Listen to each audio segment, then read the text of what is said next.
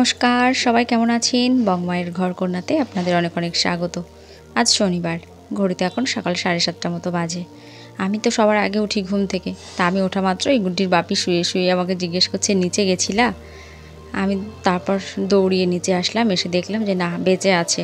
ওপরে গিয়ে যেই বললাম অমনি ওরা দুজনাই উঠে পড়েছে, আর এসে দেখুন ওর কাছে বসে পড়েছে। ও ওকে দেখছে ভালো করে। বাইরে তো বৃষ্টি পড়ছে, তাই বিড়ালটাও ঘরের ভেতরেই রয়েছে। তাই এবার ওকে একটা বিস্কুট দিলাম। ওকে তো রোজই বিস্কুট দেওয়া হয়। ও বাচ্চার পাশেই চুপ করে বসে আছে, কি সুন্দর। সবাই দেখো গুড্ডি কেমন ভ্যাবাচ্ছে। বাবি ডাকছে, যা যা।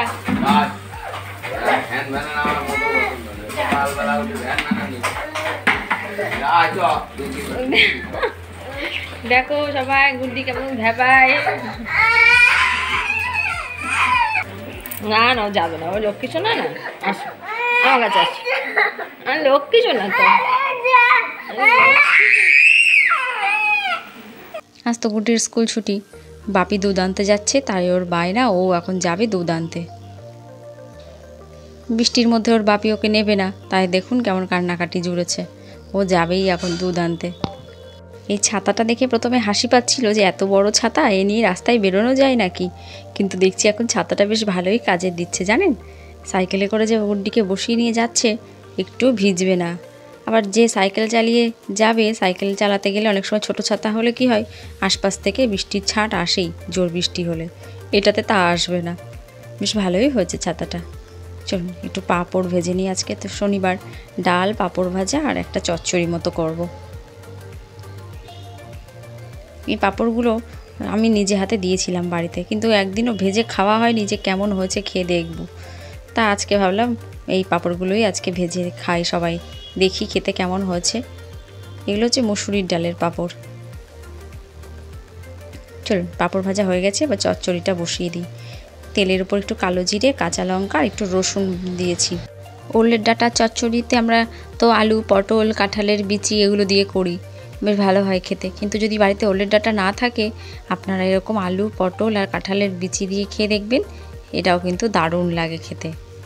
যদিও আমি এখনও পর্যন্ত করে খাইনি, আমার মা বলছিল, তারপর আর একজনও বলেছে যে সত্যিই তাই, বেশ চচ্চড়িটা করলে সুন্দর লাগে।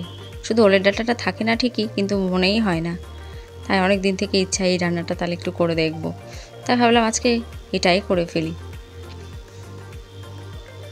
এই যে পাঁপড়গুলো মুচমুচেও হয়েছে সুন্দর। মুসুরির ডাল বেটে একটু নুন দিয়ে ভালো করে ফেটিয়ে থালার উপর তেল মাখিয়ে ছোটো ছোটো বড়ি করে বসিয়েছিলাম। আর এগুলো তো চালের পাঁপড়, এগুলো আমার মা দিয়েছে।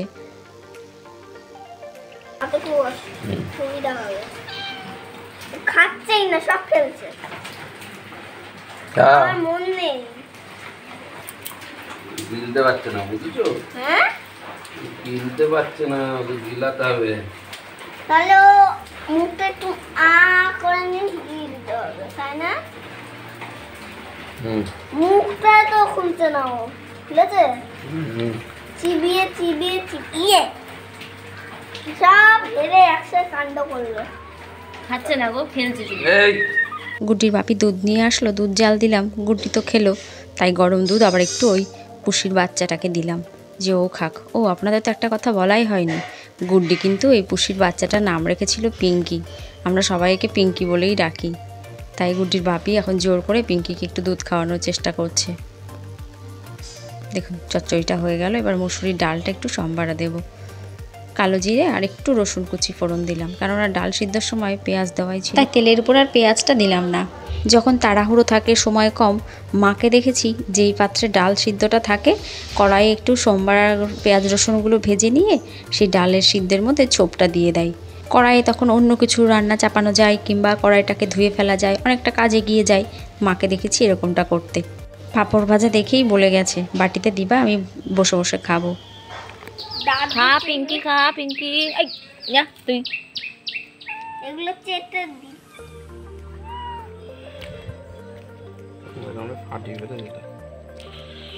পিঙ্কি খাওয়ানো যাচ্ছে না, নেয়া করতে যখন ওরকমই ঢেলে ঢেলে দাও একবার, হ্যাঁ এরকম করে।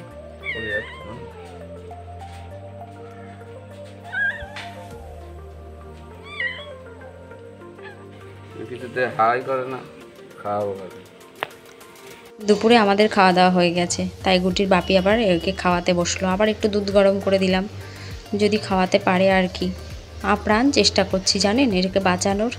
চোখের সামনে কয়দিন দেখেছি তো, সারা উঠোন কি সুন্দর ছোটাছুটি করে খেলতো ওর মায়ের সাথে। আমাদের ঘরেও ওর মায়ের সাথে কি সুন্দর খেলতো।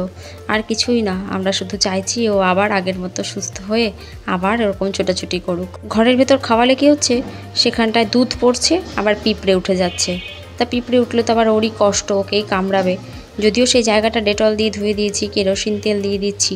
তাই গুটির বাপি আবার উঠোনে নামিয়ে নিয়ে এসে এখন খাওয়াচ্ছে। বলছে এখানে নিচে খাইয়ে তারপর আবার একটু সব ধুয়ে দেবো, মুছিয়ে টুছিয়ে দিয়ে শুকনো করে আবার ঘরে তুলে দেবো। খুব কাঁপছে থরথর করে জানেন। যাক বাবা, শেষ পর্যন্ত খাওয়াতে পেরেছে, একটু মুখ খুলেছে। হ্যাঁ, কামড়ে ছিঁড়ে ফেললো আমার ছোটবেলার বোতলটা। তোর বোতলটা ছিঁড়ে ফেললো? একবারে ভিতরে ঢুকাই বের করবি না, ওই বের করবি না। চলুন তাহলে ভিডিওটা আবার যেখানে শেষ করি। সবাই ভালো থাকবেন, সাবধানে থাকবেন। ভিডিওটি কোথাও ভালো লাগলে একটা লাইক করবেন, আর কেমন লাগলো কমেন্টে জানাবেন। নমস্কার, দেখা হবে পরের ভিডিওতে।